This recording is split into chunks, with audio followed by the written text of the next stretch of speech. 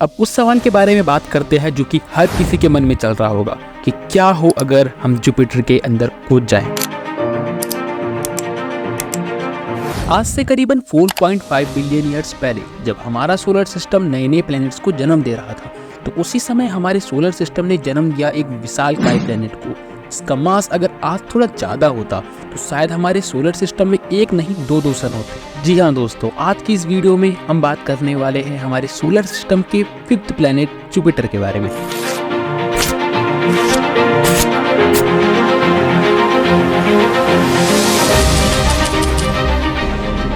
तो जुपिटर की बात करने से पहले हमें पता होना चाहिए कि हमारे सोलर सिस्टम में 3 तरीके के प्लैनेट होते हैं। पहला, रॉकी प्लैनेट या फिर जिन्हें हम टेरेस्ट्रियल प्लैनेट भी कहते हैं, जैसे अर्थ, मार्स, मरकरी एंड वीनस हमारे रॉकी प्लैनेट है। दूसरे होते हैं गैस जाइंट जैसे जुपिटर एंड सैटर्न, एंड तीसरे होते हैं आइस जाइंट जिनमें हमारे यूरेनस और नेपच्यून आते हैं। तो आज की इस वीडियो में हम बेसिकली बात करने वाले हैं गैस जाइंट जुपिटर के बारे में। तो गैस जाइंट वो प्लैनेट होते हैं जिनमें कोई सॉलिड सरफेस नहीं होती है और ये प्लैनेट गैस से बने होते हैं। लाइक प्लैनेट जुपिटर में मैक्सिमम अमाउंट है हाइड्रोजन और हीलियम की, और कुछ मात्रा में मौजूद है methane, water vapour, ammonia and silicon based compounds. तो ये सब सुनकर आपके मन में यही ख्याल आ रहा होगा कि अगर हम जुपिटर में कूदे, एक साइड से कूदकर दूसरी साइड से बाहर निकल जाएंगे। लेकिन सच बताऊं तो ऐसा होने से पहले ही जुपिटर का डेंस एटमॉस्फेयर और प्रेशर हमें चुटकियों में खत्म कर देगा। और अगर हम एक नॉर्मल स्पेस सूट से जंप करने की कोशिश भी करते हैं तो हम जुपिटर के करीब भी नहीं पहुंच पाएंगे, और जुपिटर से लगभग 3 लाख किलोमीटर पहले ही जुपिटर का रेडिएशन हमारी जान ले ले। अब मैं ये सब हवा में नहीं कह रहा हूँ, क्योंकि हमने खुद से जुपिटर में प्रोब्स भेजे हैं। अब देखो, जुपिटर में प्रोब्स भेजना कोई आसान काम नहीं है, क्योंकि जुपिटर की सन से दूरी 5 एस्ट्रोनॉमिकल यूनिट्स है, और लाइट को भी जुपिटर तक पहुंचने में 43 मिनट्स लगते हैं। और जुपिटर अर्थ से 714 मिलियन किलोमीटर दूर है, और वहां तक किसी नॉर्मल प्रोब को पहुंचने में 2 साल से लेकर 6 साल तक का समय लग सकता है। जुपिटर में अभी तक लगभग 8 से 9 स्पेसक्राफ्ट भेजे गए हैं, और जिनमें से गैलीलियो एकमात्र ऐसा स्पेसक्राफ्ट है जो कि जुपिटर के एटमॉस्फेयर में कदम रख पाया था। साल 1989 को नासा द्वारा गैलीलियो स्पेसक्राफ्ट लॉन्च किया गया, क्योंकि 6 साल बाद 1995 में जुपिटर के ऑर्बिट में पहुंचने वाला पहला स्पेसक्राफ्ट बना। इस स्पेसक्राफ्ट का काम था जुपिटर और जुपिटर के मून्स की स्टडी करना, और साथ ही अपने अंतिम समय में गैलीलियो स्पेसक्राफ्ट ने हमें बताया कि जुपिटर में मौजूद है अमोनिया क्लाउड, और यहाँ पर हवा 482 किलोमीटर पर आवर की स्पीड से चलती है। अब ये इसीलिए है क्योंकि जुपिटर हमारे सोलर सिस्टम का सबसे फास्ट स्पिन करने वाला प्लैनेट है, जिसका एक रोटेशन केवल 10 घंटे के बराबर होता है, और वहीं सन से इतनी दूरी पर होने के कारण जुपिटर का 1 साल अर्थ के लगभग 12 साल के बराबर होता है। अब जैसे जैसे गैलीलियो स्पेसक्राफ्ट जुपिटर के अंदर जाता गया, वैसे वैसे जुपिटर का एटमॉस्फेरिक प्रेशर भी बढ़ने लगा। अब अमोनिया क्लाउड के बाद गैलीलियो स्पेसक्राफ्ट ऐसी जगह पर था जहां पर हाइड्रोजन, लिक्विड और गैस दोनों फॉर्म में थी, और जिसे हम कहते हैं super critical fluid. Super critical fluid highly compressed gases होती है, जो कि गैसेस और लिक्विड दोनों की प्रॉपर्टीज रखते हैं। टेम्परेचर इंक्रीज होने पर और प्रेशर को उस सब्सटेंस की क्रिटिकल पॉइंट से बढ़ा देने पर हमें सुपर क्रिटिकल फ्लूइड मिलते हैं, जैसा कि जुपिटर के साथ है, क्योंकि जुपिटर के अंदर प्रेशर काफी ज्यादा है, जो कि हाइड्रोजन के क्रिटिकल पॉइंट से भी काफी ज्यादा है, जिसके कारण जुपिटर में सुपर क्रिटिकल फ्लूइड है। अब जुपिटर की बात कर रहे हैं और उसके मैग्नेटोस्फीयर की बात ना हो, ऐसा तो हो ही नहीं सकता है।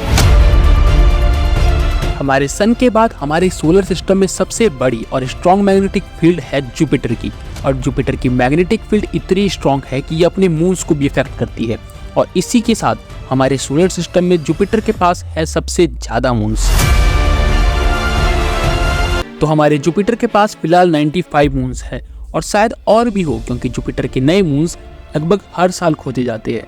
लेकिन जुपिटर के 4 मून्स सबसे ज्यादा इंपॉर्टेंट है, जो कि गैलीलियो ने 1610 में जुपिटर को ढूंढने के साथ ही खोज दिए थे, जिनका नाम है आयो, यूरोपा, गैनीमेड एंड कैलिस्टो।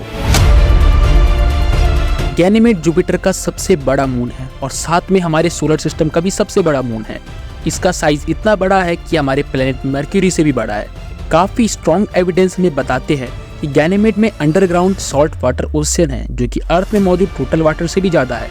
और साथ ही गैनीमेड हमारे सोलर सिस्टम का पहला ऐसा मून है जिसके पास खुद की मैग्नेटिक फील्ड है। जुपिटर का दूसरा सबसे बड़ा मून है कैलिस्टो। अब साइंटिस्टों के मुताबिक कैलिस्टो की इस तस्वीर में ये white dried spot mostly ice है, और काफ़ी साइंटिस्टों का मानना ये भी है कि कैलिस्टो की आइसी सरफेस के नीचे सॉल्टी ओशियन भी होगा। और इसी तरीके से जुपिटर का तीसरा सबसे बड़ा मून है आईओ, जिसमें वॉल्केनिक एक्टिविटी काफ़ी आई है। हमारे सोलर सिस्टम में आईओ सबसे ज़्यादा वॉल्केनिक एक्टिविटी दिखाने वाला प्लैनेट है। आईओ में वॉल्केनिक एक्टिविटी इतनी हाई है कि हम लार्ज टेलीस्कोप की मदद से अर्थ से भी आईओ की वॉल्केनिक एक्टिविटी देख सकते हैं। और जिस तरीके से अर्थ में वाटर लेक्स होते हैं, उसी तरीके से कैलिस्टो में मोल्टन सिलिकेट लावा बहता है। जिस तरीके से हम नर्क को इमेजिन करते हैं, उसी तरीके का एटमॉस्फेयर हमारे आईओ में है। जुपिटर का चौथा मून है यूरोपा, जो कि लाइफ की पॉसिबिलिटीज भी रखता है। स्ट्रॉन्ग एविडेंस बताते हैं कि यूरोपा में लिक्विड वाटर है और इसी के साथ यूरोपा में थिन ऑक्सीजन एटमॉस्फेयर भी है। उस सवाल के बारे में बात करते हैं जो कि हर किसी के मन में चल रहा होगा कि क्या हो अगर हम जुपिटर के अंदर कूद जाएं। तो जैसा मैंने स्टार्टिंग में कहा कि हमें जुपिटर में कूदने से पहले एक ऐसा स्पेस सूट चाहिए जो इंटेंस प्रेशर और जुपिटर के रेडिएशन से हमें बचा सके। और अगर हम ऐसे स्पेस सूट बना भी लेते हैं तो हमें नहीं पता कि जुपिटर का कोर सॉलिड है या फिर लिक्विड या फिर गैसियस। कुछ साइंटिस्टों के माने तो जुपिटर के पास डेंस कोर है, तो कुछ के हिसाब से जुपिटर के पास कोर है ही नहीं, क्योंकि Jupiter large cloud of gas and dust से बना है, जो कि हाइड्रोजन एंड हीलियम का मिक्सचर है। लेकिन ये सब बस थ्योरीज है। लेकिन इन सभी सवालों के जवाब के लिए नासा ने सन 2011 में जूनो स्पेसक्राफ्ट लॉन्च किया, जो कि सन 2016 में जुपिटर के पोलर ऑर्बिट में पहुंच भी चुका है, जिसका काम है जुपिटर की gravitational field, magnetic field, deep atmosphere और साथ ही जुपिटर के कोर को स्टडी करना। तो शायद जल्दी हमें जुपिटर की और भी मिस्ट्रीज के बारे में पता चले, लेकिन उसके लिए हमें थोड़ा वेट करना पड़ेगा। लेकिन तब तक अगर आप ऐसी वीडियोस देखने में इंटरेस्टेड है, चैनल को सब्सक्राइब करके बेल आइकन को प्रेस जरूर से करना। धन्यवाद।